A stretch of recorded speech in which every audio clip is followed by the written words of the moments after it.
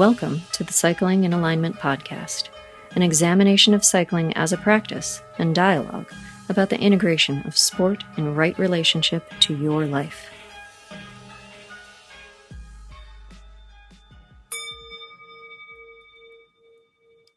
Greetings, Space Monkeys. Did you know that you can go to my website, colbypierce.com, and book an integrative bicycle fitting?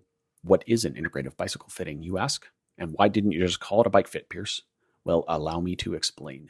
An integrative bicycle fitting is a unique product that achieves a high level of client understanding through examination of holistic movement patterns and systems throughout the body, including muscular, fascial, visceral, neurological, lymphatic, circulatory, respiratory, and limbic systems. These are understood in the context of how the dream, goal, or objective aligns life for the client's choices and habits. The environment, psyche, and drive will result in the current expression of athletic ability. This product was created to serve riders who have not found satisfactory results from conventional fitting methods. By taking time to understand an athlete on a level with more depth, we allow space for change in trajectory, which can bring about healing. Orthodox or conventional bike fitting looks at a rider through a biomechanical lens, understanding the athlete as a system of levers that applies power to the pedals and nothing more. Ostensibly, when the relationship of these levers is optimized, the rider will perform to their potential. If a rider's challenges fall outside the scope of this model, often the problems will go unresolved. By attempting to solve all problems with only biomechanical tools, we are limiting the choices we have to bring the athlete to a higher state of health. We must expand our toolbox and widen the scope of our methods in order to serve the client more completely. Cycling is a battleground which will test you on every level if you go far enough. It will break you down to your nucleus and give you the opportunity to build yourself back up again. It can provide the landscape for your own hero's journey. The integrative bicycle fitting is designed to assist you in this process. A session will take about 6.5 hours and have 4 phases. Phase 1 is observation. We meet at the Fit Studio and go for a ride of about an hour. During this ride, I will take video footage of you in the real world. Then we will return to the shop for a comprehensive holistic movement assessment and more video taken indoors.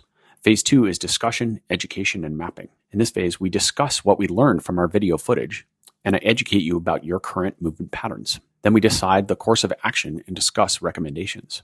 In the third phase, known as change, we take initial bicycle measurements and we begin to make changes in the contact points of the bike. We also do an off-the-bike movement review, instruction of essential movement practices, cycling technique, and posture on the bike. The final phase, integration, involves the completion of the fit process in which I take final bicycle measurements and we have closing discussion. If you want to read more about my integrative fitting sessions, please visit colbypierce.com, click on services, and then you'll find the link to integrative bicycle fitting. You'll also see a link to my scheduling calendar there. Thank you for listening, and please remember to always think critically, act intuitively, and pedal consciously.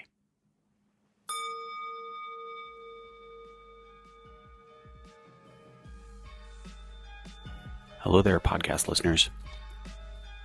Today's episode is a conversation with Craig Tabor from Locavore. I've got some good news for you because at the end of our podcast, you'll get a special code for a discount as a first-time customer to Locavore's products. So be sure to listen in for that dealio. In the meantime, I hope you enjoy our conversation. Thanks for listening as always. All right. Here we are. Here we are. Yeah. Craig. Yeah. Thanks so much for coming on the podcast. Thanks for having me. Craig Tabor from Locavore. Yeah. You guys are based in Golden, right? We're up in Coal Creek Canyon. Oh, you are? Oh, yeah. Okay. Yeah. How far up? Like, kind of halfway, maybe 10 minutes from the very bottom. Like after Twin Spruce or before? We're right off Twin Spruce. Oh, you are? Oh, yeah. Nice. Yeah. That's like some of the best unknown riding. I know. Well, Coal Creek is... it's a nice local canyon, and I used to ride it all the time. I grew up in Boulder and used to ride up there quite a bit when I was younger. Yeah. And then it got to the point where I was like, this is a little, quite trafficy. It's a very narrow canyon, right? Probably takes me from Highway 93, which is not a pleasant road to ride on at all. No. So you can go around and circumnavigate kind of on Indiana. Right? Is it Indiana? Indiana's parallel to it. Yeah. East. Further east. Yeah. So I would do that sometimes, which that's quite busy.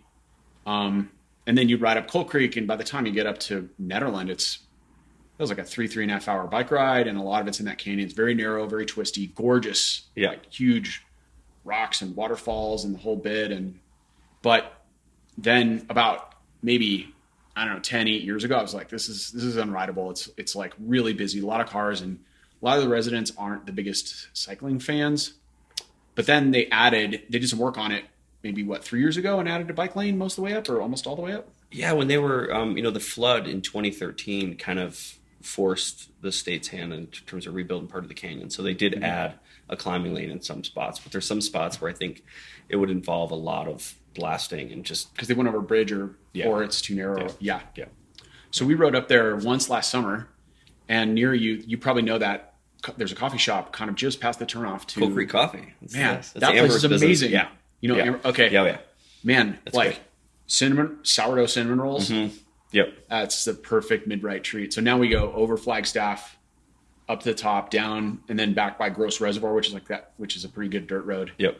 And then come out in the canyon, and you just drop down and you're right there. And then we could go ride up Twin Spruce. Or last summer I went and parked and rode up Golden Gate. There's great mountain biking in the canyon. Have you done that stuff? There is. I've done some of it with my son. Yeah, nice. Nice. Yeah. Yeah, cool. it's good stuff. Cool. Yeah, for sure. Right on. Okay.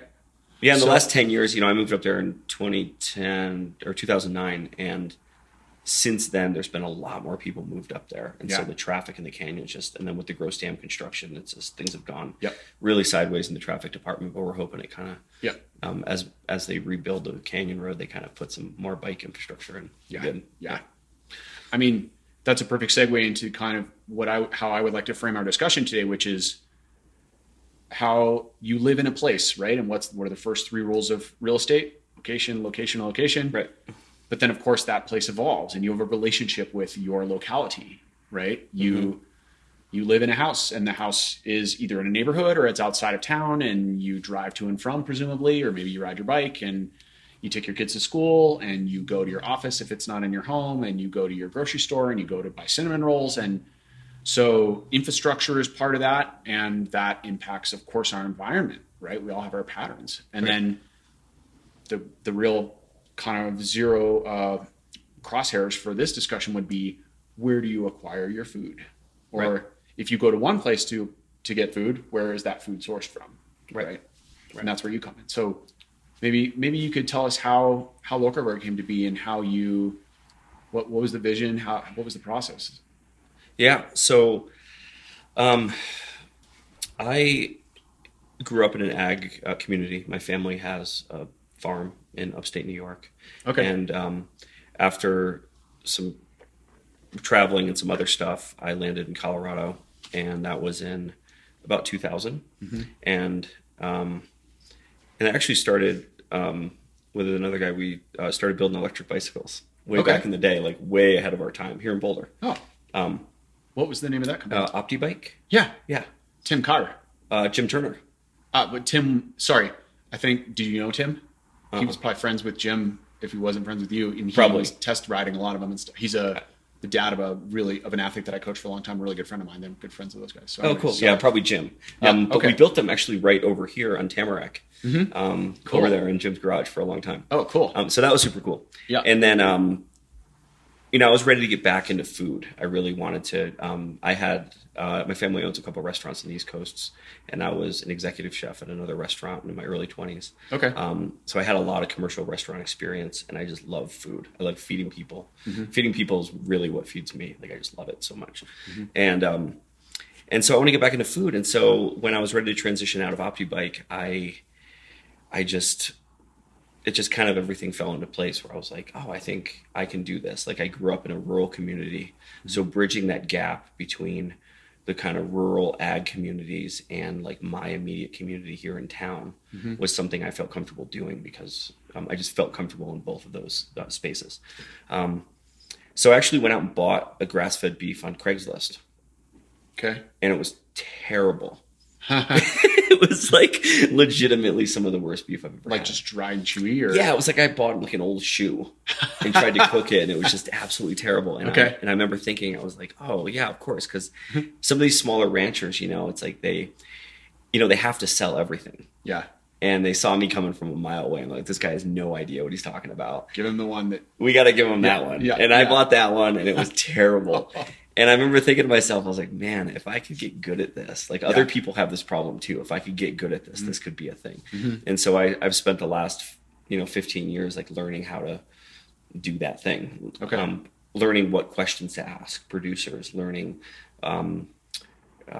what makes things good, and just what's important to me anyway, so that I can eat like in alignment with my values. Nice. And so I started Locavore in 2013, and we just started delivering beef and pork, pasture-raised pork and grass-fed beef, and we've kind of expanded from there. Okay. Yeah. So now you guys do beef, pork, you've got bison, chicken. Yep. What else? We do lamb. Yeah. And I bring wild fish in from Alaska, and we're going to be expanding that here this year. But we do halibut and wild sockeye. Cool. And everything, all of our ruminants are 100% grass-fed, the bison, the beef, everything. And then everything's pasture-raised. We call it our no cages, no drugs, no bullshit guarantee. Nice. Where it's just real food. And if people want to ask, I have customers that want to know all the nitty-gritty details, and I have all of those, and I'm happy to share all those. And then some folks just take our word for it, and that's great too. But I encourage people to keep asking questions until they're satisfied. And if the person you're buying your meat from won't continue to answer them, then there's a problem. Right. Right. And so let's get to the bottom line of the conversation. Like, why can't people just go to Whole Foods? Like, let's say someone's an athlete and they're pretty health minded. Yep. They go to Whole Foods, they go to the butcher, it says grass fed on the counter, they buy the steak. Sure. Like, what's the deal? I'll give you an example. So unfortunately, grass fed and a lot of the other labeling stuff has been beaten to death, kind of like organic. Like organic in the 70s meant something really strong to the people that started it, and it means less now. Yeah. I think a lot of people would agree it's been watered down and kind of beaten to death. And grass-fed was the same thing. Like the meat industry saw, people want grass-fed meats. Okay, yeah, we can do that. And so they've really diluted the standards in ways that I'm not comfortable with. And I think that it's misleading in the sense that, like, when I say grass-fed, what do you imagine that cow, for this instance, what do you imagine their day-to-day looks like? Right. Well, as I understand it, and I'll say I'm lightly educated on this. Sure. And a lot of my education comes from a book. Actually, one of my colleagues at the Czech Institute, a guy named Eugene Trufkin, wrote a book. I might butcher the title. It's called The Anti-Factory Farm Shopping Guide. Meaning, it's sort of like it's a book that's pretty small. You could put it in a big pocket or a purse if you were going to the store, or a man purse, whatever, and you could reference it. And it sort of decodes the labels, and it talks about these types of greenwashing and trickery that manufacturers play. So, my understanding is, like, cows are basically obligate grassivores, right? Like, they have to eat grass to some degree to survive. Sure. I suppose you could probably feed a cow pellets its entire life, but my understanding is, like, when you characterize a cow as grass-fed, it's not really anything revolutionary because cows mostly eat grass anyway. The question is, how many pellets do we supplement their diet with? And do we supplement their diet with drugs and antibiotics and other stuff that we don't know what to know about? And those pellets can be a combination of grass and other things. So that's one way where someone can potentially even greenwash it and say it's 100% grass-fed because every bite they had some grass in it. It's just also those pellets contained all kinds of other crap that we don't want a cow to eat and they wouldn't eat on their own accord, perhaps. Sure. So there's all these ways to fuzzy the line, but I imagine a cow basically they're in some sort of pasture, hopefully, for a good part of their life. But if they're an industrially raised cow, then they're in probably a pen or a very small amount of earth, which has been trampled to death, and they're fed probably corn pellets for a good part of their life. And then at the end, they're fed lots more corn pellets and probably other stuff to fatten them up, I would guess, and sweeten the meat. Right. Is that somewhat accurate? Yeah, to totally out myself, I'm not an expert on the ins and outs of commercial ag, like a lot of it. Yeah. I do know enough to know that I don't want to eat it. I'm good. Like, I think I'm good on that front. Like, I just don't want to do that. Yeah. And so one of the things, so say like a grass-fed dairy, like we eat very little dairy at my house, but the dairy we do eat is all grass-fed. Well, those dairy cows have to get milked several times a day. So just the logistics alone of you have a commercial scale dairy with however many animals, say 1,000 animals, in order to have them on fresh pasture that actually has grass in it, That's that is insane far from the milking plant. It is not close. Right. So several times a day they have to get driven over, back and forth. It's not happening. It ain't happening. Right. What they're doing is they're feeding them grass pellets all the time. And so they're in confinement. It's a confined animal feeding operation, but they don't say that. They just say it's 100% grass-fed by the the grass-fed standards. Right. And you're like, according to the USDA. Okay. Well, when people, and then they're labeled, of course, as a cow out in a green field and whatever, and that's just not the reality. And so that's the part that I have a hard time with, is it's just misleading to the point where when most folks hear grass-fed, they imagine the cow in a field with green grass. Yeah. Or grass of some sort. Yeah. And that's just for industrial grass-fed, like that that's at a lot of national retailers. I can't speak for all of it, but I know a lot of it. That's the case, just because it doesn't scale. Truly grass-fed stuff just doesn't really scale the way that people think it does. Right. And so it makes it difficult to sell it at a national level, one brand. I'm not to say that all of it's not, whatever, but the thing is, the take-home message for me and what we try to educate our customers to do at Locavore is to ask and keep asking questions. And I think that for us and for our customers, I lost my train of thought here. For us and our customers, knowing the farmer is the best way to know what you're getting. Yeah. And for me, it's the only way to trust it, because the shorter the supply chain, the more trust there is in it. And that's where local food comes in, is it really just, we take our customers out to farms. Like, we're like, hey, if you want to go out to the farm and see how your meat was raised, like, we'll go out there with you, like 100%. There's nothing hidden here. You can check it out. And I don't know any national chains that'll do that. Right. Yeah. This reminds me of a concept, a theory that I have. It's like a philosophy, and it's a pretty simple rule. With rare exceptions, I've noticed that basically you can use almost anything as an example. And the principle is, the bigger the scale, the more the product sucks. Like, it's a really simple principle, but think about it. Like, what are the biggest corporations we can think of? Do they make products that help the world or hurt the world? Right. Aside from, like, maybe Patagonia, right, is a good example of someone who's really trying to move the dial the right way. Sure. There are a few companies that are quite large that are at least working that way, and more companies are becoming conscious of that. Maybe more so recently in the apparel industry. It seems like people are starting to switch that way, and maybe some food too. Like, for example, Sweet Greens. They're a restaurant that does basically salad bowls, right? And a few years ago, my daughter, she went to college in the Boston area. And, like most college kids, she loves Sweet Greens. So we'd go visit her, and we'd end up eating there for lunch or whatever.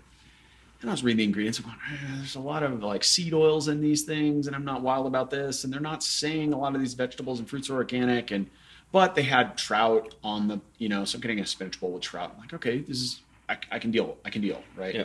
I'm here to make the healthy choices for my meals when I can, but I'm not going to live like a monk and freak out and pop a squat and ruin everyone's day when we can't find a local organic restaurant for every single meal. So there's life to deal with. That's fine. But, having that experience, then later you're like, okay, I don't really need to eat that anymore. But then recently I was reading about them because my daughter was back in town and they opened one here in Boulder. Yep. And she was like, yeah, they've changed their policies. And I looked, and sure enough, they use exclusively olive oil in their products now, extra virgin olive oil. Wow. You got rid of all the canola, all the cottonseed and soybean oil and all the other crap they used to use. Wow. I'm like, that's okay. Yeah. There is maybe a little bit of hope in the world. Yep. And so for me, there's always a drive to look for local sources for food, for water, even for various other products in my life, like local coffee shops. That's just the way I think. I think it makes sense because it reduces the economic impact and footprint that I have as a consumer on this planet. And unfortunately, it's just sort of, consumer is a naughty word, but the reality is that life is an act of consumption. Right. To live, you have to consume. You have to sustain your life force by consuming other life force, realistically. Yep. And so how are we going to do that in a way that hopefully maintains relationship with our environment, doesn't destroy topsoil, doesn't obliterate, acres and acres and acres of land with industrial farming, right, et cetera. Right. So I don't know. What do you think about my theory on scale? Is that reasonable? Or? Yeah, I mean, yes. I mean, in my experience, yes. I mean, with a few exceptions in the food world, I would say pretty much across the board. I would say, you get into like manufacturing and things like that, and I think scale brings some good things to the world. I mean, I love my Toyota. It works a trade-off. really well. It's a trade-off, right? Yeah, for sure. Yeah, for sure. I mean, yeah, and the auto industry is going through its own transformation right now, and we've got the debate about electric cars, and there's all we can get down that wormhole. And I'm using technology right now that it's definitely scaled. Like, it's cheap. I got an iPhone. Well, I don't know if an iPhone's cheap, but well, I'm an Android guy. That's pretty cheap. Yeah, so totally. right. Yeah. So there's that, but these products. I should refrain my statement, or I should rephrase it. I don't mean to say that when something scales, it sucks, meaning it's a bad product. There are a lot of really good products that are made at scale, but the compromise that it brings our environment and our health, right? Yep. And a lot of times the quality becomes diluted by definition as well. Not always, but there's a relationship between. I mean, look at Uniqlo and Gap and stuff like that. Like, they make cheap stuff that doesn't last very long. It's basically disposable. Or there's a million shoe companies that just make crappy shoes, and people buy new shoes every 4 months and just chuck them. Right. This is not how I think. Yeah. So, yeah. Yeah, with food, I think, and food's tricky because for a lot of households outside of like your core living expenses and transportation, it's one of your biggest expenses. Yep. And, and I want to be conscious of the fact that, like, at my household, like, we've prioritized eating really well above pretty much all else. Like, we are very consistent with eating a very good diet at home, and we do go out to places that have less quality food because they're good, and I think that's okay. Because it's a balance thing, right? But at home, we feed our children. We have 2 kids, and one of them is going to be a teenager next week, and he eats a lot. Yeah. But we've prioritized like feeding them really well and eating really well ourselves because it matters to us. And I think people have to make their own decisions there. But I mean, I'm of the mindset you either pay for it now or you pay for it later. It's exactly what I was going to bring up. You're going to spend the money one way or another. That's definitely people. I was talking to one of my customers not too long ago, and they said, well, it's expensive to eat pasture-raised meat. And I said, it is more expensive than conventional meat for sure. But it's really expensive? Colon cancer. Yeah. That's really expensive. Yes. I mean, I can name a bunch of other things that are really expensive that are in the same general category. It's also really expensive. Yep. And so it's just, I mean, for us, it's kind of a no-brainer. And I do tell people, that I think across the board, Americans probably could eat a little bit less meat than they do, but eat the best quality meat they can afford. And I think that is, if I was going to tell somebody one thing, which is funny because I own a meat company, to tell people to eat less meat seems counterproductive, but I think it's true. Yeah. And like my business is based on the truth and just telling people the truth. And like, it seems like it's kind of gone out of fashion in a lot of ways, but we just like, even if it doesn't necessarily serve us in the short term, I think it's important just to have integrity around our relationship to everything, especially my customers and stuff. If I tell them you should be eating 2 pounds of animal protein a day, it's just not right. It's just not true. Yeah. I mean, for the most part. Yeah. Yeah. Maybe with the exception of somebody who's a bodybuilder or whatever in there. Sure, there's outliers for sure, but for the average person that has like just goes to work and goes to the gym and does stuff like it's probably not a good idea. Yeah. Yeah. Okay, so tell me a bit about how does this work? Like, how do you have this relationship with different local farms? Are they all in Colorado? Some are in Kansas, right? We do. Yeah, so we go out. I go out. It's taken a long time to build these relationships because we go out and find, very specifically, I go out and find farms and ranches and things that meet a bunch of criteria, first of all, that are either raising food the way that we want them to raise it and that we think is important, or they're willing to. Okay. And if they're willing to, we help them to make that transition by, stabilizing their demand. Like, we have a subscriber base. People can buy either a la carte from us or they can get a subscription. But either way, we have pretty stable demand. So I can go into these small farms and really take a lot of the risk out of it for them and say, like, hey, if you raise, 100 pigs for me next year and you raise them like this and feed them this, I can sell them for you. Then I'll buy them all. Right. And we can agree on a price, and we can. Okay. So yeah, like we have, and with each of the ranches and farms, we have different relationships depending on their business model and kind of their structure and what it all looks like. Mm-hmm. At this point, we have about 22 small family farms that we source from, and some we buy from once a year, and some I'm out there every week. Okay. Yeah. And you're actually going and picking up the animals or not so It much? varies. So we don't deal with any live animals. Right. The farms have the infrastructure necessary to transport the animals to the processor. So we work with the farms on the raising and the husbandry of the animals, and then we and just kind of make sure that's happening in integrity. And then we work with the processor to have the animals processed how we'd like, and we only work with little small independent processors. Okay. And then we usually pick up the packaged USDA inspected, vacuum sealed, frozen meat. Yep. And then we store it at our facility and kind of distribute from there. And the USDA inspects them at the butcher before they're... Yeah, there's a USDA when the live animals come in, the whole time they're there, there's a USDA inspector on site. So during the slaughter, during the processing, during the packaging, everything, there's always a USDA inspector on site. Okay. And you'll see the USDA stamp on the meat. Everything at the grocery store has it, and then all of our stuff has it.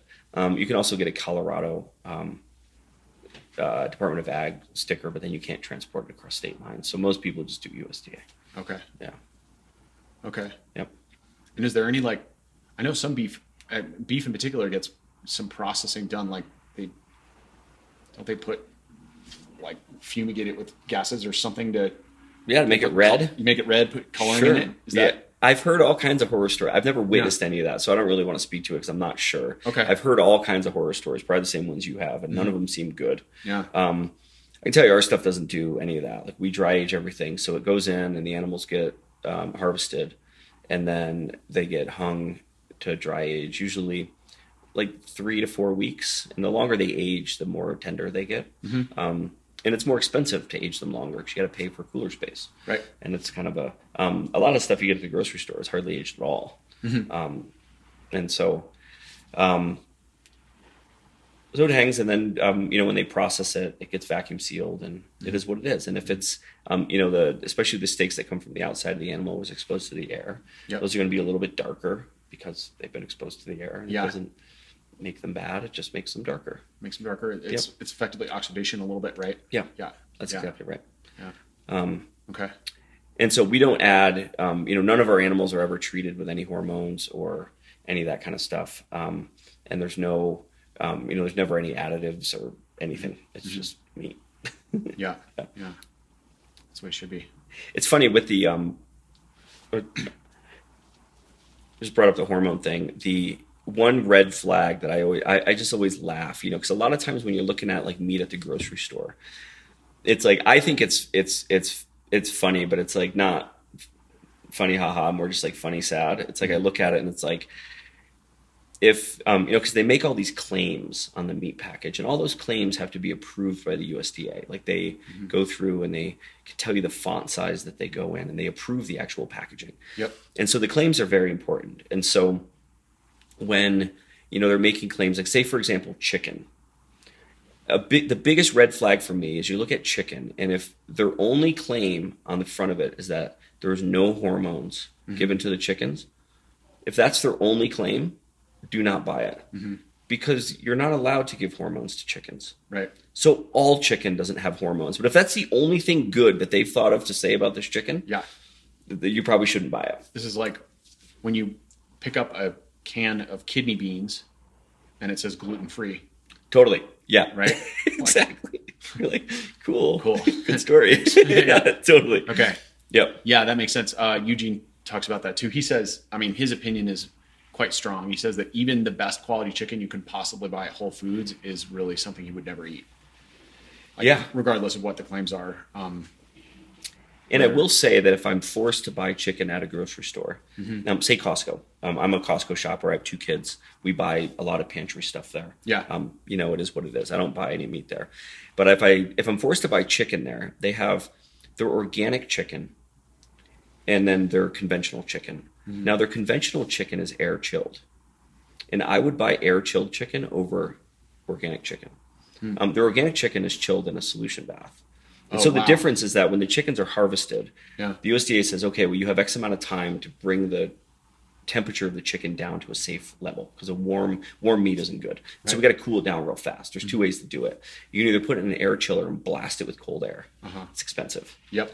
Or you can put it in a solution bath. Now, the solution bath, basic physics says when you cool something down, it's going to absorb, there's a change in volume that happens. Yep. And so they put in the solution bath, they add salt to kill bacteria. They also add chlorine to kill bacteria. And they also add sometimes flavors. And so when they put the warm chicken in there, the chicken, and you'll see on the packaging, may contain up to 10% solution. Right? Wow. You've seen that on chicken packaging. Yeah. And nobody ever asks, well, how do they get the solution in the chicken? Right. I don't see a bunch of needle holes in it, but that's how they do it. They take a warm chicken, they put it in the bath, and the bath is cold, and it soaks up all that stuff. And that's why when you cook solution bath chicken, it has a bunch of salt in it. It's got a bunch of chlorine in it, but it shrinks because all the water evaporates out of it, and then you end up with a little hockey puck. So if I had to choose between conventional chicken and organic chicken, which is a really terrible dichotomy, right? I would 100% choose the conventional chicken that's air chilled. You'd go with whatever one was air chilled, right? Sure, 100%. This makes me think of another podcast I did with Ashley Frazier. She's a woman who created a cleaning product called Back to Basics. I've got a jar of it right there behind you in that black and white jar. Oh yeah. It's called Cleaner Than Clean, and the company's called Back to Basics. And she explained that the beauty industry and the household cleaning products industry is fraught with this wormhole that basically allows manufacturers to put almost anything they want in a product. And the wormhole is called fragrance. And fragrance was more or less, I think it was created because of a court case. The FDA tried to enforce full disclosure of ingredients in cleaning products or beauty products like perfumes and soaps and hair gels and makeups and all that other stuff. And Chanel No. 5 sued and said, we have this magic recipe for No. 5, their perfume or cologne or whatever it is. I don't know. Yeah. I think it's perfume. They said, we cannot disclose the ingredients of this magical solution. This will be patent infringement, or you'll ruin our business. And they won. This was sometime, I think in the 70s, maybe the 60s. Wow. And so they challenged the federal government in court and they won. Or the FDA rather. And so they earned the right in court to put the ingredient fragrance on their label, setting a precedent for other items in the same general category, which is all that stuff. Oh dear God. So whenever you get your soaps or your household cleaning products or your lotions or your shampoos or your toothpaste and it says fragrance in it, that's more or less a wormhole to put anything they want in it. And this sounds like solution is the same term. I mean, if a chicken contains up to 10% solution because it absorbs that much fluid, right? I mean, there's 2 questions. Like one is, how did we get the solution in the chicken? You've just explained that for us, but what's in the solution? If there's chlorine in there and there's flavorings in it, flavoring's another wormhole item. Like you can call it natural flavors. Well, what the hell is that? Right. That's a huge one, right? So there are all these bypasses that manufacturers can use to just ninja in the crap that makes their product. And what's the goal? The goal is always to improve mouthfeel, right, shelf life, right, transport durability for any food product. That's what you want. If you're a manufacturer and you want the long game, you want something that tastes really good, feels good in your mouth. This irritates the living shit out of me. Like, all you people who are on some committee somewhere who think that mouthfeel is a thing that humans should enjoy, no. Yeah. This is incorrect. Yeah. Fucking food should taste like fucking food. Pardon me, but this gets me fired up. Like, what the fuck? Yeah. So I don't want food that has manufactured or manipulated mouthfeel. This is bullshit. Not in my mouth. I want food that just tastes like whatever it tastes like. Yeah. That's what I want. I want the essence of food. Yeah. But that's the concept, is like, there's, this is the regulatory game, right? Just as you mentioned with organic. In the 70s, it probably really meant something because the standards were quite hard to achieve, I'm sure. Yep. Especially for someone who, had some small company and they were making hand soap or, whatever. I'm sure they had to jump through all kinds of flaming hoops to get that stamp of approval of organic. And then that organicness got scaled and diluted as a result. And then people figured out more and more ways to get in under the wire. As the market grew, they kind of, as the organic market grew, and it was just a bigger market. It's kind of it's been the victim of its own success. Cash cow. Yeah. But with the chicken and the flavor and stuff, it's like as they've bred these factory chickens. So I just saw. God, I wish it.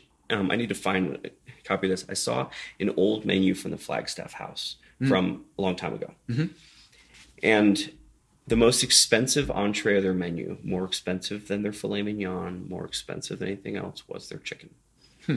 Because it was back in the day, like before factory farm chicken was expensive because they're a pain in the ass to harvest, and it was expensive. And now chicken is very cheap. I can go to the restaurant wholesale place today and get boneless, skinless chicken for 50 cents a pound, and I can't even have pasture raised chicken put in a package for 50 cents a pound. Yeah. The package that it goes in, the actual bag costs me more than that. Wow. Yeah. And they're selling all of it for that. Yeah. So my point is that as they've factory farmed these chickens and they've made them this kind of, we call it on our website, like a colorless, flavorless abomination, because that's actually what it is. They have to add flavoring to it. Because it doesn't taste like anything. Right. Certainly I've heard people say, "Oh, it tastes like chicken." Well, what does chicken taste like? Right. Most people don't know because chicken doesn't taste like anything. Yeah. It's just like this it's like this neutral protein that they put on Caesar salad or whatever, but it doesn't actually have any flavor. Yeah. And then when folks have like real pasture raised chicken, we do our own birds. They're like, wow, like you can cook it just roast a chicken with a little salt and pepper. And you're like, wow, this is really good. Yeah. Like, yeah, I know. Good quality meat. All you need is sea salt and most, like a really good piece of salmon, a really good piece of steak, just some sea salt, and there's so much flavor in that. Yeah. In that, if it's high quality. Yeah. For sure. It seems like there's a trend now that my wife and I have noticed. This has always been a thing, but it seems, maybe I'm imagining this. I don't know. This is like N of one experiential observation. But we go to restaurants now and it's hard to find dishes that are really clean and simple. It seems like everybody wants a steak that's piled high with, a layer of 6 different sauces, garlic, salt, cheese dip, guacamole, fire, pico, enchilada, whatever. And they're just nuking all these flavors on there. And everything you order on the menu has a flavor profile that's like 9.8 out of 10. Yep. And I think that speaks to maybe a couple things. There's probably a perception either amongst the restaurant owners or maybe amongst the customers, or maybe it's shared that it's only worth it for you to go out and spend the money if it's like, wow, that's got a lot of flavor, right? And the volume is cranked way up. I frequently do think that as producers of goods, we often, I'll put myself in that category for a moment. I produce products. I produce podcasts is one product I produce, but we frequently imagine that the consumer wants something that they don't, but we just convince ourselves that they want that. They must want this. They must want a steak that's got 19 flavors on it. Yep. Instead of just a perfectly cooked, really badass quality, amazing steak that is the exact right temperature, exactly how you ordered it, with the cleanest sea salt you've ever had on it, and just enjoy that, with a nice glass of wine. I think there's a perception there that's changing that. I don't know. What do you think about that? Yes. And to that end, like I'm kind of that's what I want. And take steak as your example. Like when I have a steak, I want like an exceptional quality steak with like some salt and pepper. And I just want to like enjoy the meatiness of it. Yeah. I've kind of stopped ordering steaks out because I'm not like an amazing grill guy. I can do it. And I usually grill on charcoal because I like the flavor of it. But I stopped ordering steaks out because I've been disappointed so many times, and I hate having to be the guy that sends stuff back. Yeah. So I tend to order stuff that I'm not going to have to send back, especially if I'm out with friends and stuff, because I just don't want to be that guy. Right. It's right. just, you know. Yeah.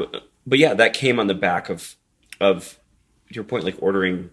It was like, oh, the chef's ribeye has all this stuff on it. And I'm like, okay, cool, I'll give it a try. And you're like, wow, you tried really hard to cover up this really bland steak. Yeah. With whatever the hell you put on it. Or sometimes there are a couple of restaurants that serve Buckner meat, which is one of the farms you work with. And my wife and I have shopped with Clint forever. Yep. He makes amazing meat, right? But so you've got this Buckner lamb or Buckner steak, and they nuke it with layers of, mole and this sauce and that sauce and salsa and blah, blah, blah. And you're like, dude, there's a lot under there. Yeah.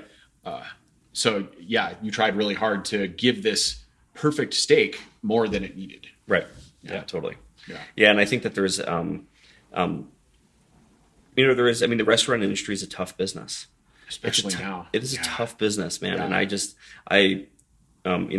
I started off working in the restaurant industry and worked there for a long time. And I have a ton of respect for the people that are out there fighting the good fight. Because I like to be able to go out places and order food and have it brought to me. Yeah. I do. And it's one of the joys of our culture today, right? Yeah, no, it's awesome. And it takes, that comes from a lot of people that work really hard and are really underpaid. And, they're all competing for our attention. And that's one of the ways I think they do it, because it looks real good on Instagram, but and some of it's really good. Like I've had some really good, well-prepared stuff. And then I think, sometimes to your point, people try too hard. Yeah, sure. Yeah. Like, we're blessed with a lot of restaurants that really strive for that farm to table ethic or ethos here. Black Belly is one, Santo, both owned by Hosea, right? And then there's Black Cat. Yep. Although they only have their side restaurant, Bramble and Hare, is open now. I don't think the Black Cat main restaurant is open. I don't think. I'm not sure. And for a while they were doing dinners on the farm and. Yeah. Oh yeah. I've been out to the farm for a couple of dinners. You have? Yeah, it was awesome. My wife and I keep trying to get out there, but they sell out really quick. Yeah. You got to I think it's a Monday morning, 8 a.m. email goes out or something kind of thing, but we've not mastered that. And then I work with Frog Belly Farm, and for a while I was working with them and enjoying their raw goat dairy, goat cheese and goat milk. There's a lot of really great stuff in Boulder County. Like people are doing some really good stuff. Yeah. We're blessed, and it's we I've been the same as you, working with Clint and Mary Kay Buckner for a long time. And they're one of the only, there's not that many sort of mid-size farms like that in Boulder County that do specifically meat, that raise things of that quality and in that volume. Like I said, like a mid-size farm like that can supply a lot of restaurants and other stuff because they have a real consistent supply, and the supply chain kind of built up for that. Yeah. And it's just a real treasure here in Boulder County. Once those, once those things disappear, they don't really come back. Yeah. Because you're not going to buy a 35-acre farm in Boulder County and start raising pigs on it. It just doesn't make economic sense. Once you're in, you're in, but once you're out, you're out. That's exactly right. Yeah. It's funny. I strangely, just before I came to the office to record with you, I got an email from a local farm, and they had a survey, and I got the feeling they were working with the city of Boulder to give them input on the value of local farms. And it had a few questions about, how often you shop at local farms, and what do you value about shopping with local farms and consuming local produce and local meats, and thinking about the different positive impacts that shopping local can have on our community, right? So, for those of you who aren't familiar with Boulder, it's a pretty unique place, which comes with pros and cons, right? So it's right at the base of the Rocky Mountains. I grew up here, so it's kind of easy for me to forget that. Right. But people come in from out of town, they're like, wow. They're right there. And if you look east, it's like a pancake, and you look west and it goes like that. And you can't really get lost here because you can see forever. And you can always reference the Flatirons if you're trying to make it back to Boulder on a bike ride or in a car even. Right. Your GPS craps out or your phone runs out of juice and you're like, where am I? Just aim for the Flatirons and you'll get there, basically. It's not like the East Coast where you can get hopelessly lost and every road is a pile of spaghetti noodles. It's basically a grid with a mountain on one side. Right. But thinking about that infrastructure and the way Boulder's a bit unique, we have this unusual layout because the city's nestled against the mountains, and then there's a border of open space around Boulder that is purchased by Boulder taxpayers, and we call it, that's the insulating bubble, that's the Boulder bubble, right? Right. And while that prevents Denver or Golden or Longmont or Lafayette or Louisville from encroaching in and building condos and Walmarts next to us and becoming one giant empire, like LA or whatever, it also, so that's definitely one of the pros. We get to go ride our bikes and enjoy nature and have hiking trails and things like that, which are all amazing benefits. Of course, it then makes property quite scarce and more expensive, so it drives property values up. Right. And as a cyclist, that's challenging because those are the exact roads we want to ride on, and those roads are now clogged with, plumbers and people fixing, doing yard work and all the things. Those people tend to live in the L's, as we call them, Louisville, Longmont, Lafayette, and they drive in on the little artery roads that we want to ride on. Right. So there's this great exchange every day of to and from, and it's like people commute into the city to do the work or commute out or whatever. And so we're blessed with these local farms, and Clint lives in basically one of those giant areas surrounded by a bunch of natural open space, right, which is great. But yeah, it's expensive to live here. It is expensive to live here. Yeah. Yep. Yeah. It sure is. And it comes, but to have all the farms around the city is just the access to local food that's here is really incredible, especially given the climate here. Like the growing season is not awesome. Yeah. It's pretty, I think last year at my house, we had an 8-week period between the last snowstorm and the first snowstorm during the summer. Yeah. But what's your elevation? We're at 8,000 feet, but but still 8 weeks is still that's a really truncated season. Yeah. Right. Yeah. Yeah. So I think I'm really blessed with a lot of the farms and stuff around here, and just the interest in healthy food. Like there's a lot of demand. A lot of folks are really interested in eating nutrient dense produce that was harvested that morning. Like there's people that'll pay for that, myself included. Yeah. So what's your pulse on how does Boulder compare in terms of the awareness of eating local organic food or making healthier food choices, and also access? Where are we in the bell curve, or on a percentage ranking relative to most of the rest of the U.S.? What's your feel on that? We're like way ahead of it. Are we like 98th percentile, or are we more like 75th? It's a tricky question because I think that there's a couple layers there for me. There's you brought up a national food retailer before that, that sells kind of natural stuff. And you can go in there and leave with very expensive bags of groceries and the feeling that you're buying local, nutrient-dense food. Yep. And sometimes you are. Yeah. But sometimes you're not. Most of the time, I don't think what you think you're buying and what you are buying are completely matching up. Is it better than most? Maybe. But is it worth what you're paying for it and what you think you're getting? I'm not sure. I don't think so. It's not for me. Okay. And I don't know if it is for anybody else, but I don't think so. Yeah. Based on the conversations I've had. So I think to answer your question, the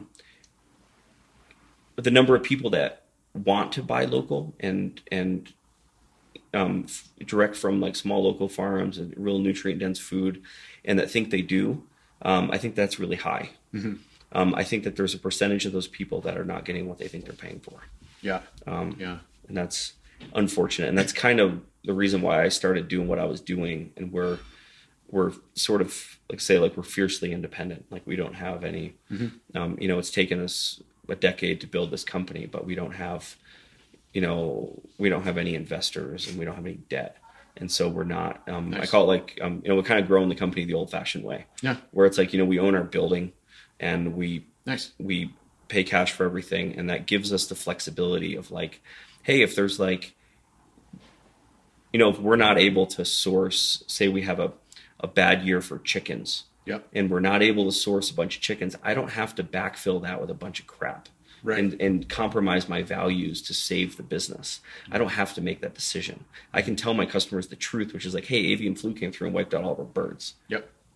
We're not having any chicken this year, or we have 10% of the chicken we had last year, and we'll see you next year. Because it's important. I think like, for us, like local food, especially from small farms, is like, the reality is that like there's natural fluctuations in that supply chain. And hey, if chicken's scarce and it gets really expensive, maybe eat more other things. Yeah. And it's more in line with our natural environment than it is like expecting to be able to go to the grocery store or come to my website and get everything all the time. We're not those guys. Right. Or eat a pint of strawberries in January.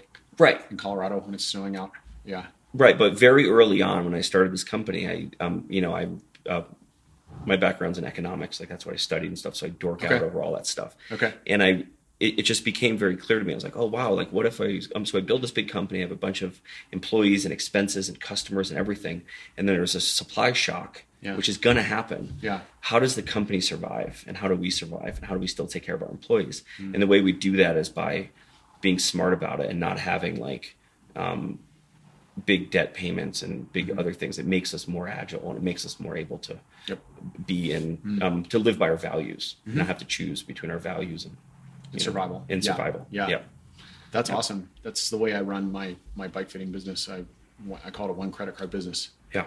Like if I can't, and it's small, it's not a giant card. So it's pretty simple. Like keep paying that thing off, and then I can buy whatever I want for the business, assuming I can pay it off. Yeah. Then it's sustainable. Yeah. Pretty simple. Like caveman economics, but it is simple, and that's how our grandparents, like my grandfather, owned a company, and that's just how they did it. Like this whole idea of like leveraging yourself to the hilt is like, right. I can see the benefit of it. Like as an economist, like I understand why it works, but it works until it doesn't. And for us, it was like I just liked having that, especially in a food business. Like no investor in their right mind would. I mean, it's just it's a tough business, and it's not like I didn't want it to. Profit is not the main reason why we're in it. It's not even in the top 3.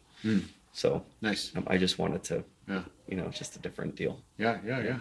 Help the world be a better place. Yeah. That's cool. Yeah. Okay. So let's say someone's listening to our pod and they're kind of like, all right, I see some of the points that these guys are making about eating more healthy, and kind of wanted to eat more healthy, and maybe I'm not as comfortable shopping at Whole Foods anymore or wherever I'm shopping, and I want to start to dig. Is there, and let's say they don't live in Colorado. So if they live in Boulder or in the Front Range area, then they should go to Locavore and check out the site as a starting point. But I have people live in other places. So is there, other than just searching like organic meat near me or something like that, is there a central database of businesses or farms or something that people can reference to sort of get a pulse on where they can get good sources for these types of things? Yeah, it's a rapidly evolving space. COVID really changed the whole game. Pre-COVID, there were far less options, but I think like during COVID, it's for the entire like direct from farm to consumer ag industry, it's been really wild. A lot of those farms were forced to pivot and go direct to consumer, right? Because the restaurants weren't open. Right. And they realize they're like, wow, the customers like it, the farms like it. It's really great. Yeah. And so I think that there's a growing number of these, and there's a growing number of digital tools for us on the supply side. There's a growing number of platforms available to us. Where pre-COVID, there's probably 1 or 2 platforms that kind of like delivery management software tools that kind of helped us do what we do. There was maybe 1 or 2, and they were not great. Now there's probably 10, and they're much better. And so what you're seeing is a lot more people doing some version of what my company does in a lot of different other places. Now, just because they deliver it from local farms doesn't necessarily mean the quality's that good. Like there's small farms that raise meat, like not in a great way, and they sell direct to consumer, and just because you're buying from a farm doesn't necessarily mean it's great. Yeah. So there's a lot of, I think the first step is really educating yourself on what's important to you. Yeah. And what are your values, and are you in alignment with those? And then finding a farm near you that has that. And chances are, unless you're in a real food desert, there's some really good stuff. And then there's some really good local stuff. And then as an absolute last resort, I'm not a big fan of like mail order meat. Okay. There's a lot of companies that do it. And I just think you can take the best quality, there's like, say Polyface Farm in Virginia, Saladin's farm is incredible quality meat. And it's really great for the environment. It's regeneratively farmed and whatever. And as soon as you put it on an airplane and ship it across country, your carbon footprint just blew out like you might as well eat factory farm meat at home. Like it's terrible. And so I think like when you start air freighting meat around the country, it's like things can just go really sideways really fast. Right. So I'm not a fan of like, there's some big national companies that sell quote unquote pasture raised meat. Again, they white label a lot of that stuff. I'm not, I can't speak to the quality because they're not transparent about it. What they say, I don't really know. But I will say that as soon as you put it on an airplane and ship it somewhere, 2-day freight, the environmental impact of that is astronomical. You might be getting some of the health benefit or most of the health benefit, but you're undoing a lot of the environmental. Right. Yeah. Right. And you're missing out on an opportunity to find a farmer in your neighborhood that you get to create a relationship with. Like going out to Clinton Mary Kay Buckner's is like the highlight of my week. Yeah. I love it out there. I go out there and there's ducks and chickens and dogs, I bring my son cats, and they're running around and I love those guys. And it's just like, if you could find that in your own community, like why would you not do that? It's the best. Right. Yeah. Shop from your neighbor. Yeah. That's exactly right. Yeah. Not to say that everyone doesn't need jobs and such, but it's the transport cost, right? I mean, this is the conundrum of the modern world. Like we live like kings, but we behave like children sometimes. We have all this access to so many goods and services that we become accustomed to wanting something on demand. I mean, Amazon feeds this beast like no other, right? It's like, it's ridiculous. You push a button and sometimes stuff shows up the same afternoon without even you trying. Right. Whatever that is, a new refrigerator part or spark plug or whatever random ass shit you think you need. Right. And that is an incredible convenience. However, when we start to apply that mentality to many other things of our lives, it becomes problematic. And even arguably the Amazon mentality is problematic for that exact reason, because bringing that spark plug to you quickly comes at a price, right? Some price. It does. My wife and I took last year, so 2023, we took a whole year off from Amazon. We stopped purchasing from Amazon for a whole year. How was it?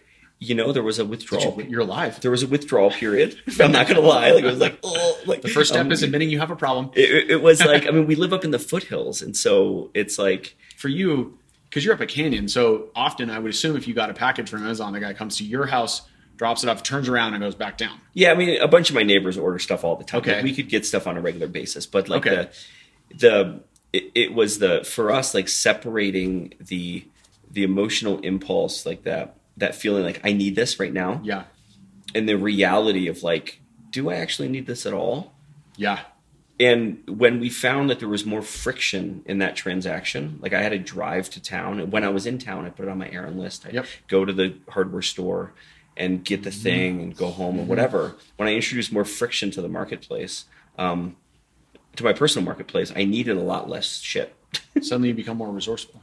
I just, suddenly I'm like, I could just use this thing I have or whatever, blah, blah, blah. And I don't like, just because I can get it for $1 and get it delivered tomorrow doesn't mean I should. Yeah. I just went through this also today.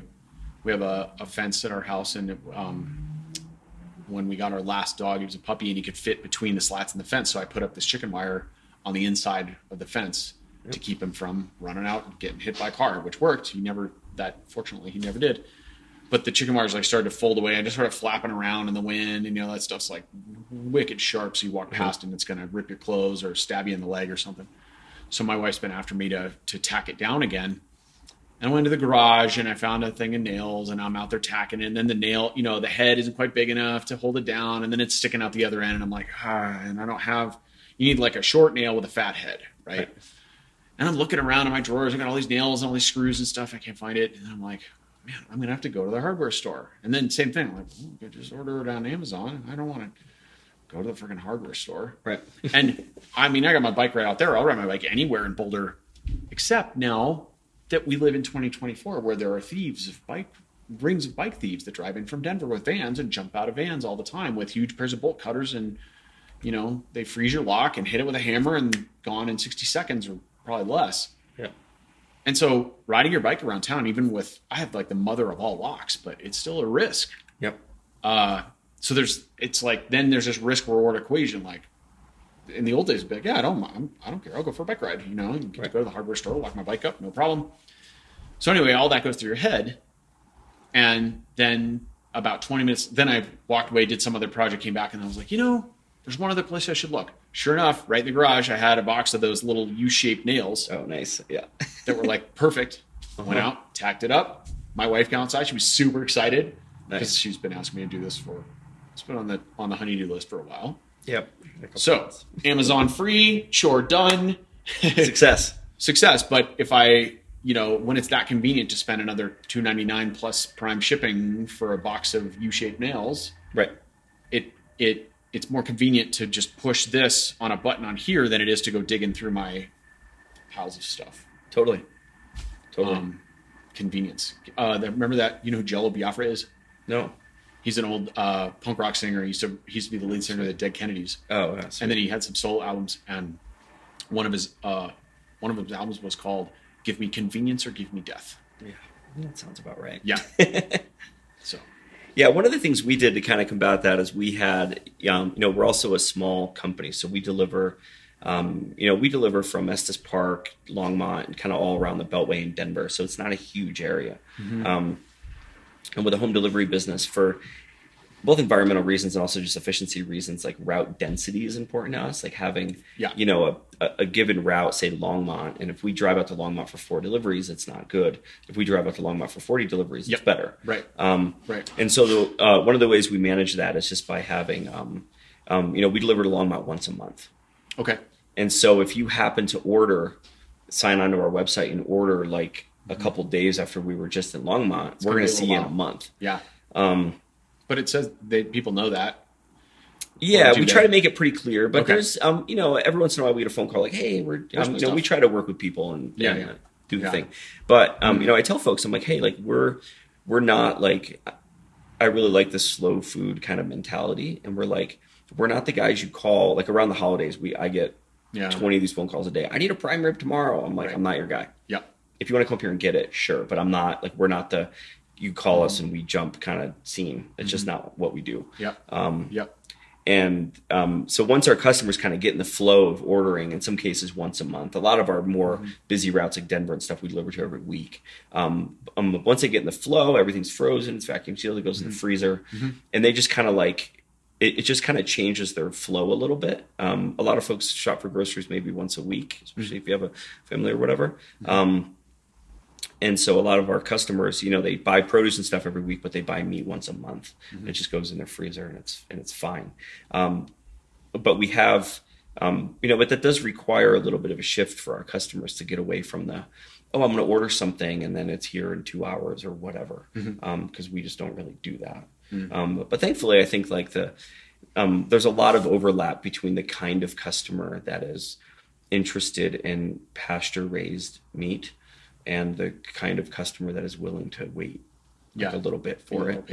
Or order it in advance. Yeah. Sure. Yeah. Totally. I used to have a Venn diagram floating around here somewhere. Maybe it was my old office. I can't remember now, but it was like the thing you can do was one circle, and then the thing the world needs, and then the third circle is like the thing the customer will pay for, and the overlap is your job, basically. Yeah. Is that the Ikagi, the Japanese? Is that it's the Japanese philosophy? Yeah. But I have that on my wall. That same Venn diagram. That's why. Yeah. It's like what the world's willing to pay for. Yes. And then like it's basically like your vocation. Yeah. The whole thing. Yeah. Mm-hmm. Yep. Yeah. Yeah. That's good stuff. So what's your favorite? Let's get people's mouths watering. What's your favorite meal? What's your favorite like cut of meat? Oh man. Well, I want to preface that by saying that as of lately, my doctor has suggested I just shift my diet just a touch. So my tastes and what my doctor says, at least in the short term, that I should eat are a little bit different. I really love really fatty steaks and chicken wings and stuff like that. And, Yep. I'm a 46-year-old man. My doctor's like, hey man, maybe you can cut back on the saturated fat just a little bit and you'll be better. Yeah. So I'm currently doing that. So we eat a lot of fish at my house. Okay. And chicken. But in terms of like my absolute favorite are the thin cut, either Korean or Kalbi style beef short ribs. And I marinate those. I do like a tamari kind of hoisin sambal, like chili marinade with sesame oil. Okay. And then grill them over charcoal and do rice bowls with those with like bok choy or something. And they're good. absolutely out of this world. That sounds good. They're very fatty and very, very good and awesome. And there's seed oil. There's a little bit of sesame oil in there, but you gotta balance a little bit. So I recently discovered, maybe at some point I'll have this guy in the pod if he's up for it. I recently discovered this guy who does the cleanest seed oils ever. So this guy's an Olympian. He's a German. An Olympian. I think he was the gold medalist, if I remember correctly, in the parallel bars in sometime in the 80s. Wow. His name is Andreas something. Sorry, Andreas. But his company's called Andreas Seed Oils. And he also has an education in engineering. And when he was done being on his Olympic journey, his gymnast journey, his body was destroyed. He was really, really not in good shape. Yeah. Just annihilated from all the super hard training and stuff. And he's Russian. Who knows if he was taking performance enhancing drugs? I don't know. He never disclosed that. I wouldn't be surprised. But one way or another, either way, his body was in bad shape. And he was in pretty dire straits after retiring from competition for a year or two until he discovered someone gave him a bottle of organic flaxseed oil, like one of his friends. And he had some, and his energy just went through the roof immediately. It was like this dramatic turn. And this was after trying various different things, wow. all kinds of other modalities and foods and diets and different things. And his health was really not great. And it turned out he must have been highly deficient in probably omega-6s and 9s. So he had this flaxseed oil, and boom, his life lights up. So that sends him on this healing journey where he discovers more about oils and starts researching it and finding the highest quality oils he can, and then gets some oils tested. And he discovers, of course, that even the highest quality organic seed oils they've got particulate in it, heavy metals, and they have, pesticides, and some of them have rancidity. It's just a question of, because it's very hard to process the oil and then get it to the consumer without at least a little bit of rancidity happening, right? Oxidation. And so then send him on this journey, and he researched the presses and started working with manufacturers and realized that, so they have these multi-ton presses, right, that are massive, and they come down and they crush all the seeds, and that's how you get the oil. And they're hydraulic, and they've got thousands of pounds of force, and they're the huge stainless steel plates that crush the seeds. But what was interesting was the plates would gall over time. That's where the heavy metals in the oils is coming from. It's literally pieces of the plate, tiny, tiny microscopic pieces of the plate that gets in the oil, right? And the guys who were using the presses were like, yeah, it's just, kind of cost of doing business. You got to replace those two sheets every so often. Yeah. And since Andreas has training as an engineer, he devised a press that had a harder steel on the surface and also used less pressure for longer so that it wasn't as likely to gall the metal. Yep. And then he figured out other ways to circumnavigate the rancidity, and he uses Miron glass bottles and other things like this. So he produces these super, super high quality natural seed oils. He does pumpkin, sesame, a black sesame that's incredible. I put it in my coffee every morning. Wow. He has a flax seed. He's got a 5 oil blend. I take some of that most days. So you just order it online? Yeah. It's andreasseedoils.com, I think. So I have a question about that. Okay. So I hear you about oils being rancid and things like that. My understanding, which is not great. Like I can't recall what it's called, but my understanding is that the big problem with seed oils was the seed oils themselves, was the inflammatory things in the seed oils. Do you know what those things are called? Well, so there are some phytoestrogens that can be found in some seed oils. I don't know this to be fact, but I suspect that some of that has to do with industrially farmed oils. So a lot of times it comes back to the same thing. What are the initial quality of the ingredients? Right. You have an organic. You source an organic plant, and you then harvest the seeds from that plant and turn that into an oil. And if it's truly organic and it's in a relatively clean environment, then you're going to get a cleaner product. Sure. And that doesn't mean it's necessarily good for you. Maybe it's good for you in very small quantities. Sure. But so I think some of it can be explained by, like everything in 2024, like there's microplastics and glyphosate in just about everything. Sure. I think some of it can be explained by that, but some of it probably has to do with the individual makeup of the person and the constituents of the oil and the profiles of the omegas, right? Mm-hmm. So I lost this resource years ago. I managed to find a website that broke down the fat contents of different nuts and looked at the ratios of 3 to 6 to 9 and ranked them based on what you want relative to the idea that most people have way too much 3, not enough 6, and hardly any 9. Right. And so it gave you a ranking and gave you a proportion of which nuts would be better for you or worse. Right. And the ratio, I think one of the charts I looked at was the ratio for it was 3 to 6. And generally we want less 3 and more 6 because we have way too much 3 and not enough 6 in our diet. Omega-6 this is. And peanuts are one of the worst. It's like 2,000 something to 1. Right. Horrendous. Some of the best nuts are macadamias, are really one of the good ones. Pumpkin, and there's another one I'm forgetting. Flax was quite good. Cashews aren't great. Almonds are okay. Walnuts are quite good. Oh, wow. Right. So you start to look at these resources and you understand, and then you can have your oil ratios tested. Sure. To understand more about what's going on in your own body and where you're getting it from and what that looks like, right? And then you get a better idea as to whether this is important for you, and maybe you're doing fine and you've got plenty of 6 and 9 floating around in your bloodstream, and maybe not so much. Yep. Right. Yep. So I think that's a place to start. And then, there's that, and then there's the diagnostic aspect of it in blood tests or urine and fecal tests or or hormone tests, all the ways you're going to do it, saliva tests, to try to figure out what all these biomarkers are, and that can be a giant adventure and thousands of dollars. You can also use the highly unscientific and also, I would argue, more relevant N of 1, which is if you're really paying attention and you're still in yourself and you take a moment to be present when you eat a food or try something like a seed oil, just really listen. Really listen. And what is the result? Yep. Does your heart skip a beat when you take a swallow of that oil? Does your stomach tighten up slightly? Do you feel your heart rate rise? Yep. Do you feel your blood pressure go up? The next day, did you have bloating, or an hour later, did your stomach go? Yep. Or do you have bad breath or gas or pimples right? Yep. Or do your joints ache? Yep. Or did your aching knee go away when you took flax oil for a week? Right. Okay. It's Scientists don't like that. It's that connection to food that is. I hope it's coming back. It's back in our house.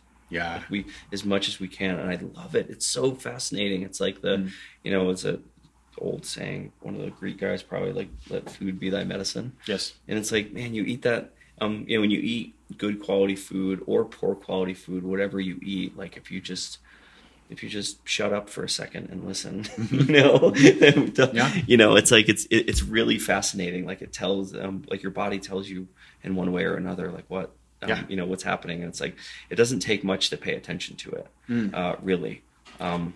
It doesn't. However, when you've been eating foods that have 7 layers of chipotle, mole, garlic, super salt, guacamole on top forever. That's true. Your senses get dulled, right? Yep. When you stare at a computer screen for hours on end, you become blue light toxic potentially. When you're never outside without sunglasses on, as an example, right?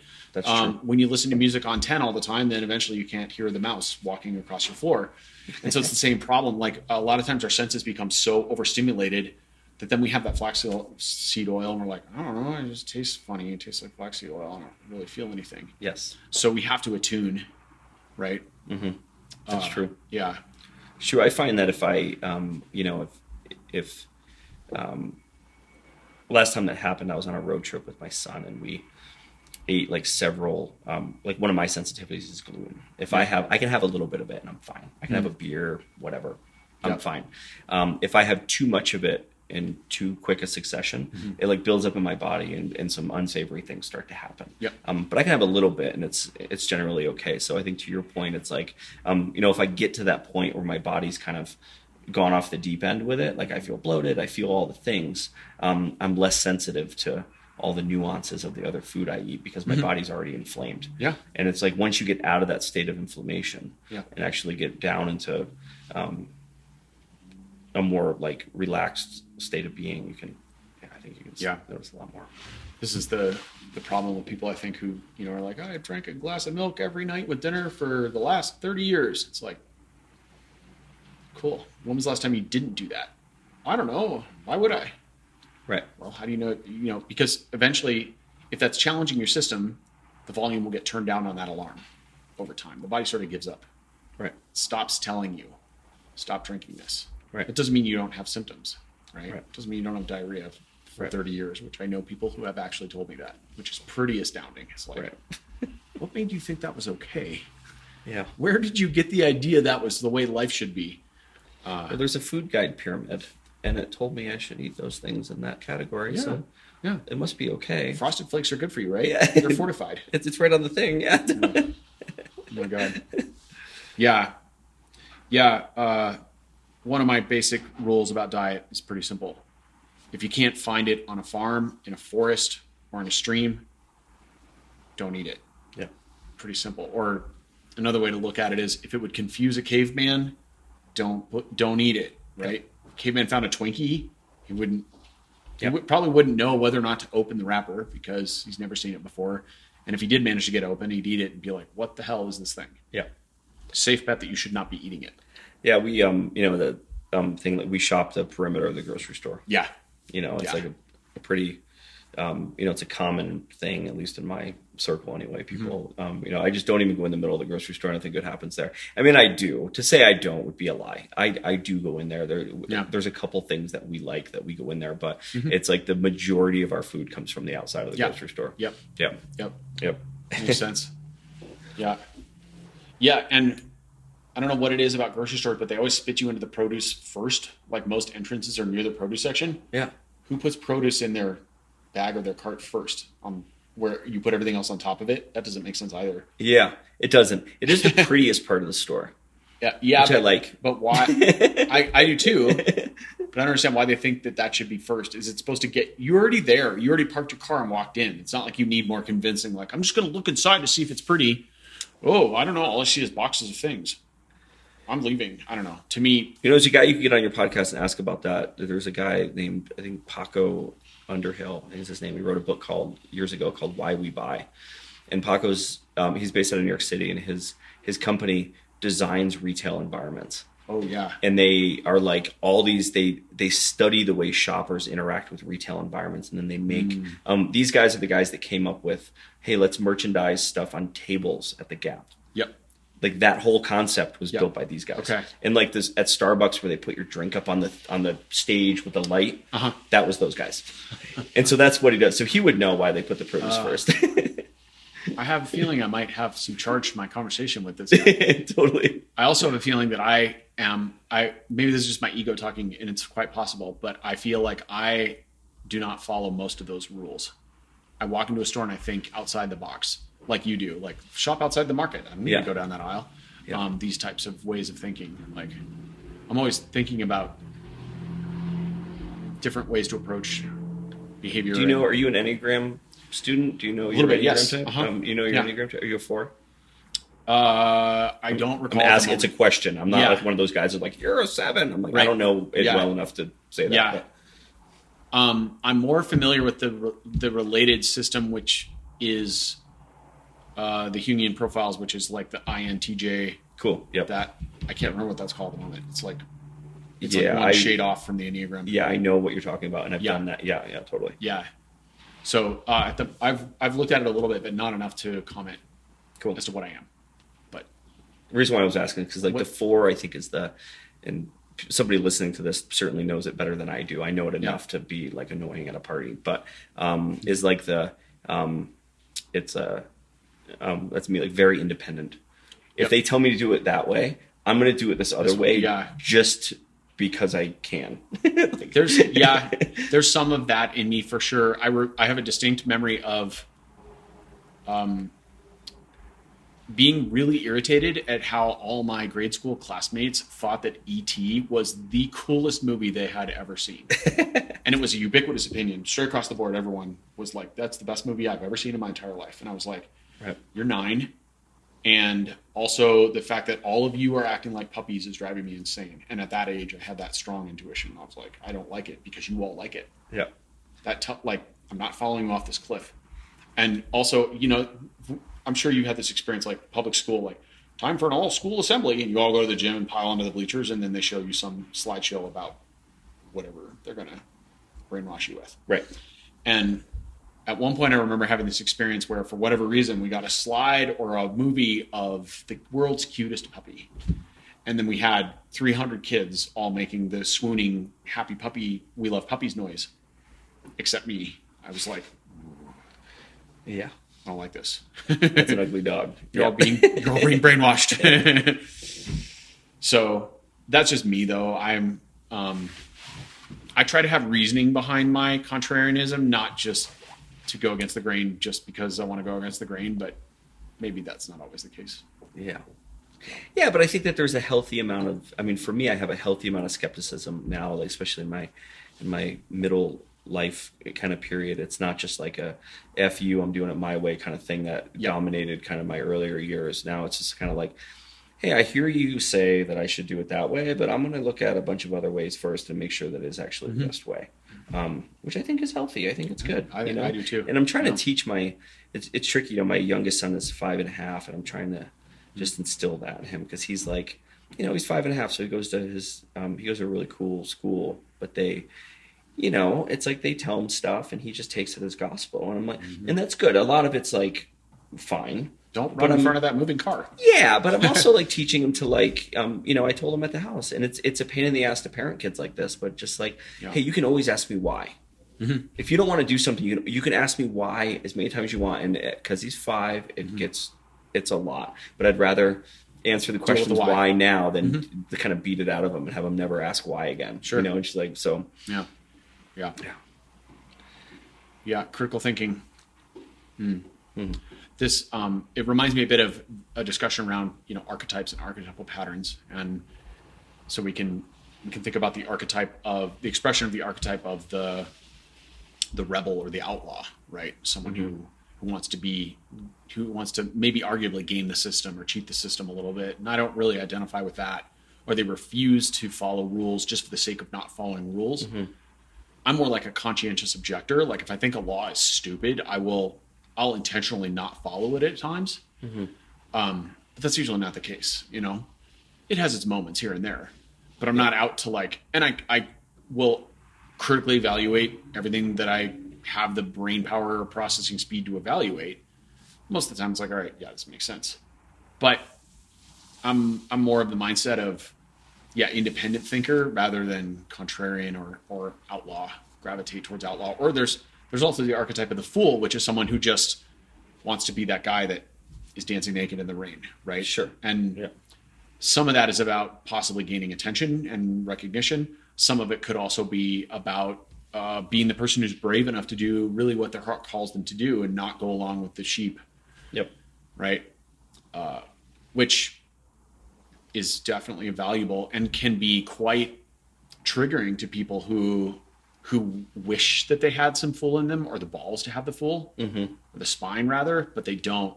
Yep. And so then they're like really irritated by this person who's out there dancing in the parking lot naked in the rain. Like, yeah, that can be triggering for folks. I've seen that too. Yeah. It's touching back on our just conversation about food, especially local food, and it is when I started my business, at least the way that I did, we still run my business. I renovated a barn on my property, and we have about a 2,000 square foot barn that I just bought a walk-in freezer. Actually, my buddy and I went and they were tearing down a mall in North Glen, and we went and tore a walk-in freezer out of an old Dairy Queen and just cool. Put it in my barn. Repurposed it. Nice. Yeah. Amazing. now we've since upgraded to a bigger one. That was kind of a scene, but we've since upgraded to a bigger one. Mm-hmm. But, you know, I didn't really know all the like stuff that I had to do. Like the government doesn't make it super clear, like what I needed to do what I was doing. Okay. Like in terms of inspections or licenses or whatever. I had a business license and I paid my taxes. I did all that stuff because I know better than to mess with the IRS. Mm-hmm. But as far as the other stuff goes, it was really unclear to me. And there's like a billion places to go. There's federal, state, local. It was very unclear to me.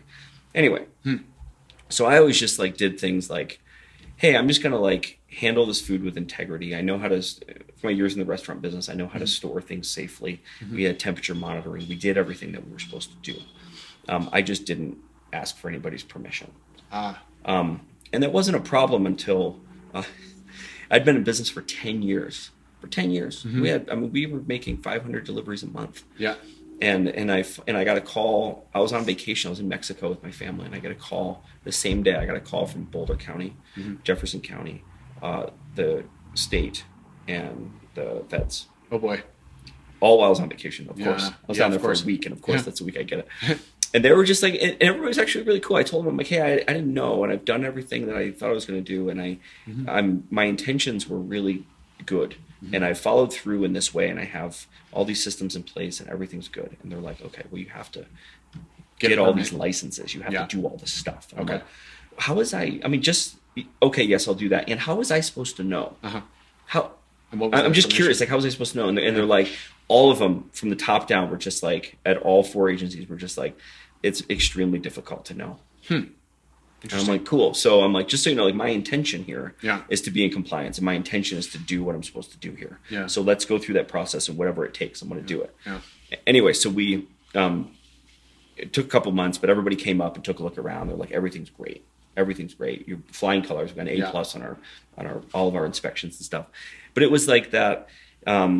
It just, I was grateful for that part of my personality. It's just like, I'm not going to ask for somebody's permission here, because I know that we're doing good work, and I'm not trying to screw anybody here. And I'm also not doing anything inherently unsafe. Like, it's not like we're processing animals up in my barn and kind of selling them out of a cooler to people. It wasn't any of that. Right. It was all very safe. And it was like, and sometimes you just have to be willing to do those things, I think, in order to like see the big picture. I think that like, I think you can act with integrity and be out of integrity with the government at the same time. Yes. In some cases, yes. As long as you're not hurting anybody, I think it's probably fine. Yeah. Yeah. Interesting.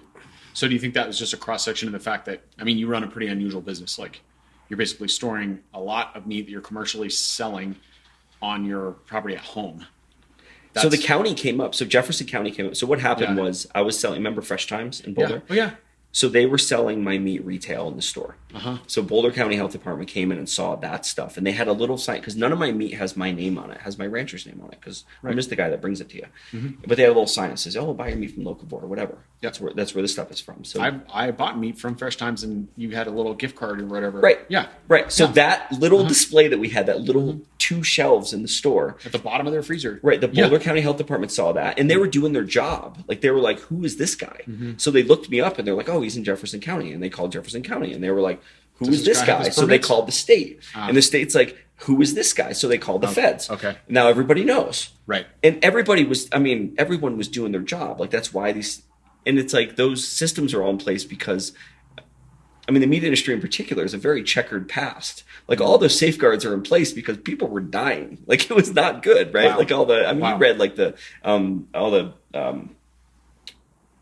just all the horror stories about the meat packing in Chicago and all the other stuff. Like, And so everybody was just doing their job, and they called me up, and the county health department was the first one that showed up, and he's like, I've never seen anything like this. Like, we have a standalone building. We had to have our own bathroom. We have I have a rodent control system. Like, I have all the stuff, but we're like at our farm, and he's just like, well, I've never seen any of this. He's like, I don't. He's like, you're technically a grocery store, but I'm like, but I'm not open to the public. Like, we don't have like a retail component. People can't drive up there up there. Yeah. Cause we're like, we're in a residential neighborhood, and we just don't do that. It's just against the zoning, and we don't do that. But it was, Yeah, it was just very funny to see all those guys. Like, it kind of short circuited their thing a little bit. I'm like, Yeah. and I remember telling all those guys, I'm like, you see how you're feeling right now, the utter confusion about what to do with me? Well, that's exactly how I felt about you when I started this. Like, I didn't know how to like, I didn't fit in any of the boxes. Yes. Yeah. Yeah. So That's my business too. You know, I'm a bike fitter, and people like, it's like you go to a party and people who aren't in the cycling world ask you what you do, and you're like, I'm a bike fitter. And they just sort of look at you like, you tailor bicycles to fit like a suit. They don't understand, you know, it's a profession that requires explanation. Right. Same idea. And if anytime I'm filling out any kind of like weird tax form or anything, Yeah. it's always other, you know, Yeah. with explanation. And they're like, what does that mean? Yeah. Indeed. I put people's seats up and down. That's the pretty much. that's the abbreviated elevator pitch. Oh. So, yeah, interesting. Yeah, I can see why that would be problematic for them and give them a little bit of a brain frizzle. And it was, I will say that, like, having come from the East Coast, where the restaurant, generally speaking, the restaurant's relationship to the health department was probably best described as adversarial. Yeah. Like, those guys came in and they were going to write you up for something, and it was going to be bad no matter what. Like, every time they came in, and they came Really? in, we would all scatter like cockroaches when they came in. The health department would come in and we'd all, Wow. I mean, those guys were just Chips there on their to shoulders. ruin your day, like Huh. 100%. And everyone that I encountered out here was, and they straight up told me so, because I remember both the county and the state that came out and did site inspections. I was like, man, you guys are awesome. Like, I've learned so much. And they're like, yeah, like our goal is to be, like, you know, partners and to not be adversarial. Like, we're here to, you know, we have the same intention you do, which is to make the food system safer. And so we're here to educate and to kind of coach when necessary. And I was just like, That's nice it to was hear. amazing. Yeah. Like, I was like, wow. I was like, can you guys go talk to the DMV? Coach them on that in your process, Right. You know? But it was like, my experience with government has never been so good. Like, a government agency, I was like, wow, you guys are great. Like, it was really like which doesn't ever happen. Like, you never leave a government agency and be like, that was awesome, I'll see you guys in 6 months. Like, it Right. was like, I was like, cool, like, you guys are awesome. Yeah. Yeah. So, That's good to hear. yeah, it was cool. There's hope in the world. Yeah, it was pretty good. All right. All right. Well, cool. So let's give people maybe some practical takeaways. Like, can we button in things and maybe give them like a 60-second redux on your concepts and your philosophies? Yeah. Yeah. I think for those of you listening at home, I think if you're not already buying from a small farm that raises meat that's in alignment with your values, it is not as hard as you might think it is. There's, you know, if you're in the Colorado area, my company, Locavore Delivery, does that. Like, we do all the curation stuff. If you're outside of the Colorado area, you're actually welcome to look at our website. You can kind of see what our values are, and you can shop based on that. I think they're pretty good. Yeah, I mean, I think that given the calorie density of meat, I think it is the most important thing you put on your plate is like really good quality meat, and it kind of goes out from there. But as you said, when you buy higher quality meat, you can and maybe arguably should in some cases eat less of it, right? Because it's more nutrient dense. So yes, it's more expensive than shopping at other places, but if you're consuming smaller quantities potentially, although slippery slope, when you start eating Buckner steak, it's really good, then sometimes you end up eating more. But it is. And if you go, like, for example, this ranch that we're talking about is here in Boulder County, and they're American grass-fed certified, so it's a higher standard than organic. Yep. You can go out there and buy meat on their farm, and it is cheaper than the prime beef sold at the national grocery store here, which is commodity, corn-fed, whatever. It is cheaper to buy the AGA certified double-aged beef out there from their farm. wow. Because I keep an eye on all these prices and stuff, and it is cheaper. So maybe there's a misperception in some cases that it's always going to be way more expensive to shop this way. if you buy stuff that's seasonally appropriate, like there is a season to stuff, and it's like if the price of beef is up, pork might be down a little bit. Right now, pork is very expensive. Pasture-raised pork is extremely expensive right now. There's a lot of reasons for that. Okay. And so my customers are eating less of it. And I educate people on that. Like, hey, pork is really expensive right now. Have you tried these lamb cuts, or beef is actually pretty stable right now. Right. So there's like, shopping around within the different species and stuff, and not being set on one thing. It's kind of like if you go visit Hawaii and you try to eat like you're on the mainland, you're going to pay through the nose for it. Yeah. But if you go out to Hawaii and you eat like a local, it's actually pretty cheap. Yeah. And so it's That's the a good same point. mentality where if you go into the butcher shop and you're going to buy this thing, and that thing happens to be in season or in short supply, you're going to pay a lot for it. This, thank you for saying that. That reminds me of an interesting observation I've made. I speak to a lot of people about diet. I coach a lot of people and I work with them on their diet. And I find that people draw really obtuse and arbitrary lines around meats. And it's just like cycling tires. Like, people get tribal about stuff. Some people, really like Continental tires, and some people are like, no, you got to ride Victorias or whatever. Pick your brand. Maxxis, Pirelli, blah, blah, blah, Schwalbe. It goes on and on and on. And people get tribal about their beliefs. And it's the same thing with meat. Some people will be like, well, yeah, I only eat fish. I don't like chicken, and because it's gross, because they saw somewhere, maybe they were imprinted when they saw a documentary or read an article about factory farm chickens, and they saw photos of these chickens that are half dead and living in cages in these horrendous conditions. And they're like, that's it, I'm out on chicken. Right. Maybe they still are trapped in 1986 where, if you eat red meat, you will die of a heart attack tomorrow. That was what we were brainwashed with in the 80s, right? Back when fat was the enemy? Fat was the enemy. Fat was really, it's just like jeans, like right now, stovepipe jeans are in, or whatever, bell bottoms, and then there's skinny jeans. And we just go through the circle.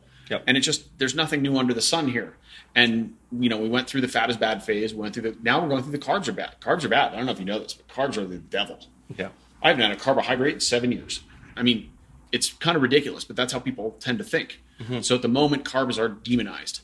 And we do that with meats too. Some people, watch Pulp Fiction and then they don't eat pork anymore because of the conversation with Jules and how he points out that pigs are filthy animals because they root and live in their own shit. And this is not an unreasonable line of thought. However, we can also, my policy is I will eat any meat, just about. There are a couple exceptions.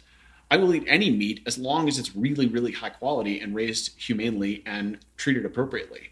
Yeah. So that's my philosophy. I don't eat a lot of pork. It's not my favorite.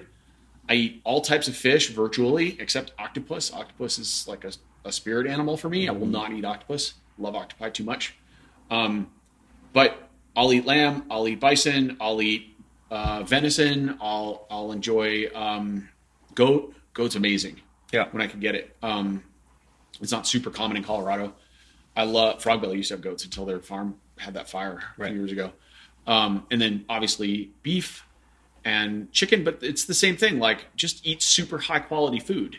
And, I think that not rotating your proteins can be problematic. I think that can cause people long-term challenge. Like, biology thrives off diversity. Yep. And when we eat, 2 eggs every morning and then a roast beef sandwich every day for 6 months straight, there's a good chance that eventually it's going to start to challenge your system a little bit. There's a fatigue that happens there. You get deficits in the things you're missing. But to your point, I don't care what people eat. I think, bring back to if you pay attention to your body. My wife is a student of nutrition and she's studied a lot. And she's like, what she needs. She's Chinese, and so like what she needs in her diet is a lot different than what I need. We have very different genetic makeups and we need different stuff. Yes. And we get blood work really regularly, and we've gotten the DNA and blood work kind of crossover analysis done, and the jury's is in, like, we need different things in our diet. Absolutely. And so when these like blanket statements come out, like carbs are bad, this is bad, like whatever, it's like, I think they're bad for some people. And I think some things are bad for other people. And I think that if you pay attention to your body, you can figure out what's good and bad for you. Yes. If you're paying attention close enough, and there's folks that work in this business who can help you do that. Yep. But I think to look at like one fad diet, like if I did the Atkins diet or the carnivore diet, I would be dead in 6 months. Yeah. Yeah. I would have clogged arteries and I would be absolutely dead. But I know people that do it and their cholesterol stays super low and their ApoB is super low and they're able to do it healthy. If I did that, my numbers would be completely... So that's it. Yeah. No, and this is my first rule as a coach for an athlete is know yourself. Meaning know yourself really, really well. You have to know your strengths and weaknesses as a rider. It's the same rule with diet, right? Yep. I'm one of those people who could probably eat carnivore and do quite well with it. Nice. I'm jealous. You're jealous. Yeah. And I have to be careful with, like, for example, ostensibly for some people, quite healthy foods will destroy me. Like kale messes me up, man. Now I'm really jealous. Kale and I do not get along. Kale's not my friend, but there are many other vegetables I do quite well with. So you have to know a little bit about the foods, but really it's the N of one, right?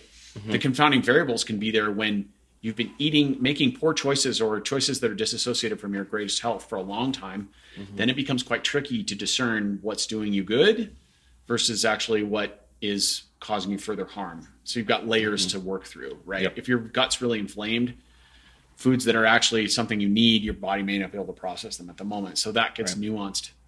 One tool I found helpful that readers might or listeners might enjoy is the book. I can't recall the author's name at the moment.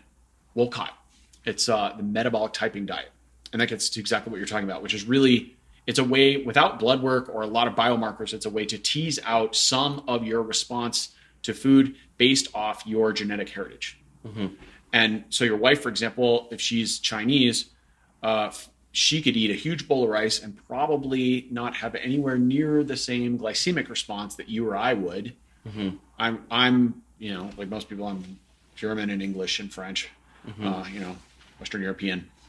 Boring. So if I eat a huge bowl of rice, I better be racing my bike in the next 45 minutes because that's going to be rocket fuel for me. But if I don't, then I'm going to go to the moon and then hit rock bottom because that white rice has a super high glycemic load for me, given my biome. Right. But Asian people have a much more flatline or a less extreme response to consuming large quantities of rice because, of course, they've had it in their culture for hundreds of years. And there's a lot of really great thousands of years, and they've become more inexpensive. Like these tools, we do. I've done a continuous glucose monitor several times, and they've gotten cheaper, and the data is amazing. Like I can eat as many carbs. I can eat a big bowl of rice, and my blood sugar doesn't really change. Oh, okay. It's amazing. Oh.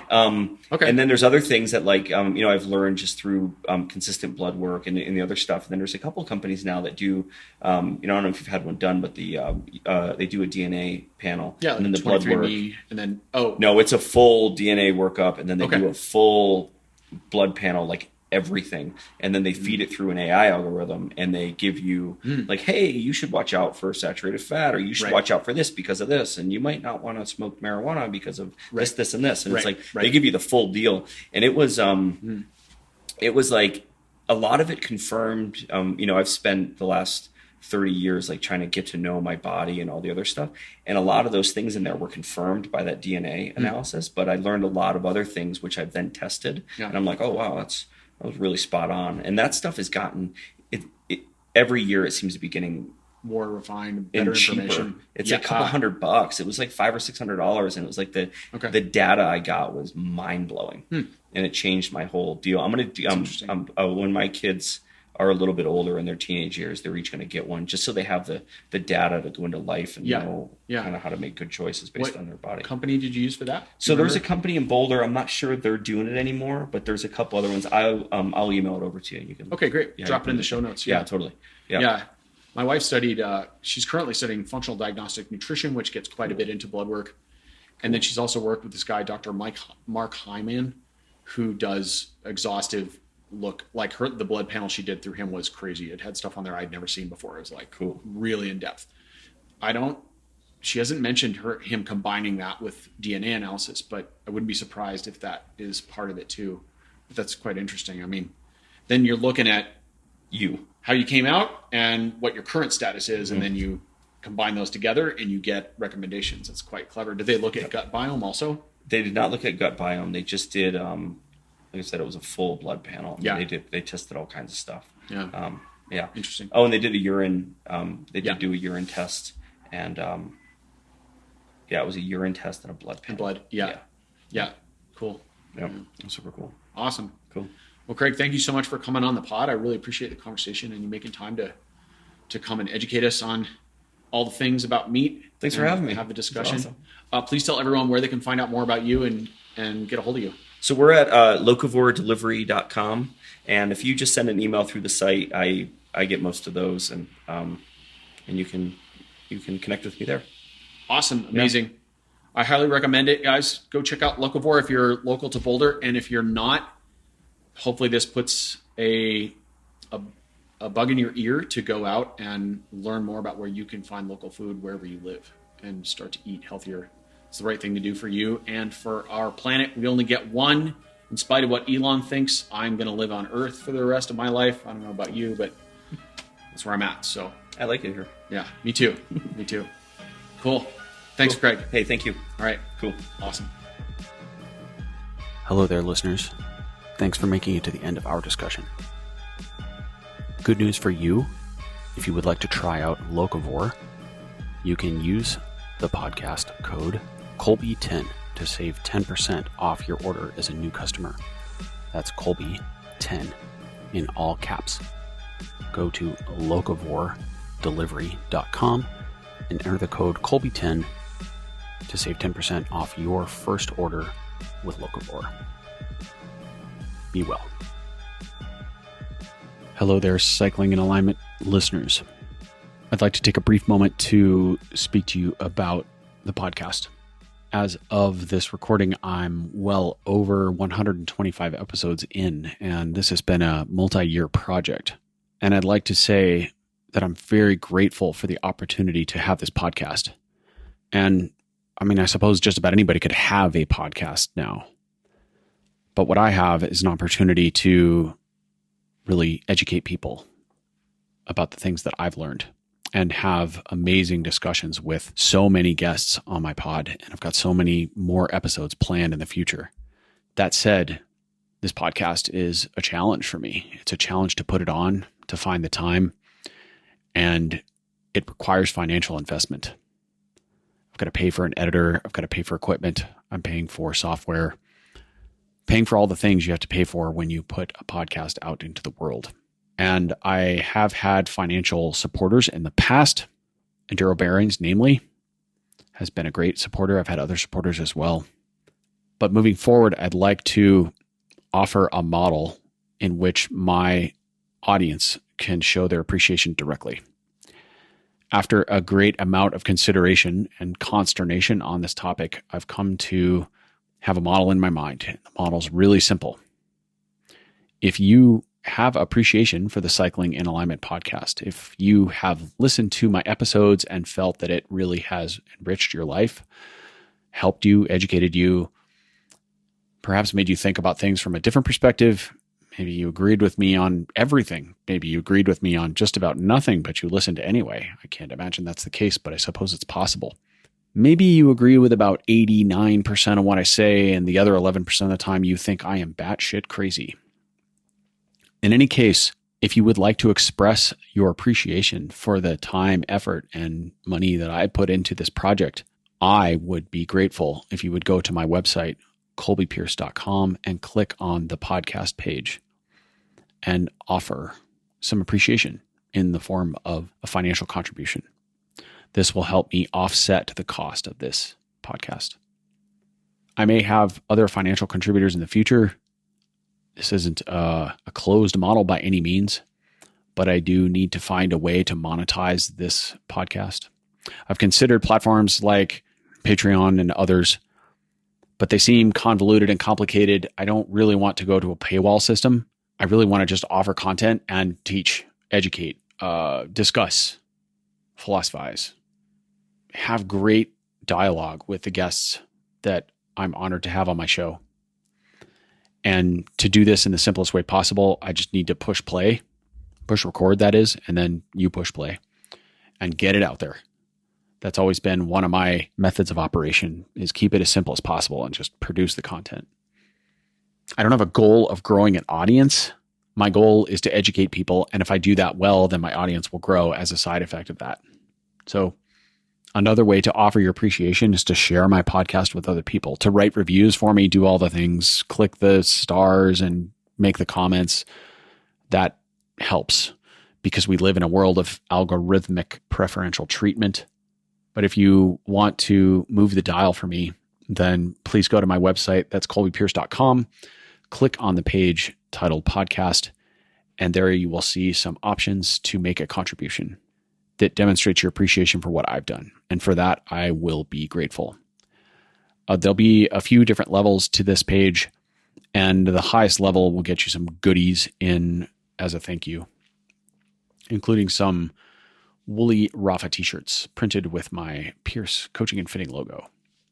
Thank you so much for listening. Thank you in advance for anything you can do to help me spread the word. If you aren't in a position to contribute financially or don't want to, again, you can help by simply forwarding my podcast, sharing it with other people, sharing it with your friends, tell people about it on rides, spread the word, and even just send me a message and let me know if I've moved the dial for you.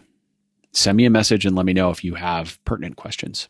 Also, at the highest level of the podcast contribution page, you will have the opportunity to submit a personalized question for detailed analysis on an episode or a private consultation, if that's what you prefer.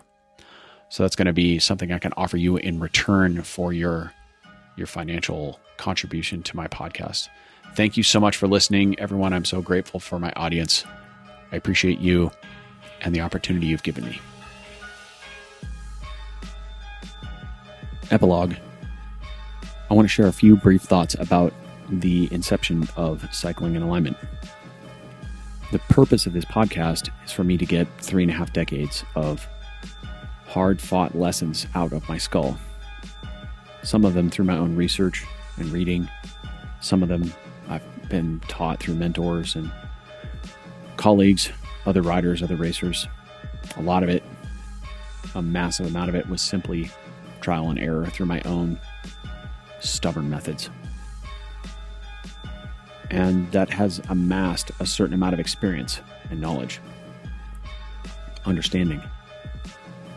And while I think I'm reasonably smart and I know quite a bit of stuff, I want to make it clear that the opinions that I share on this podcast are belief systems built on what I've experienced to this point. And that some of those opinions are pretty strong, but they are also loosely held. That is to say that if I learn more about a topic and have a greater level of clarity or understanding,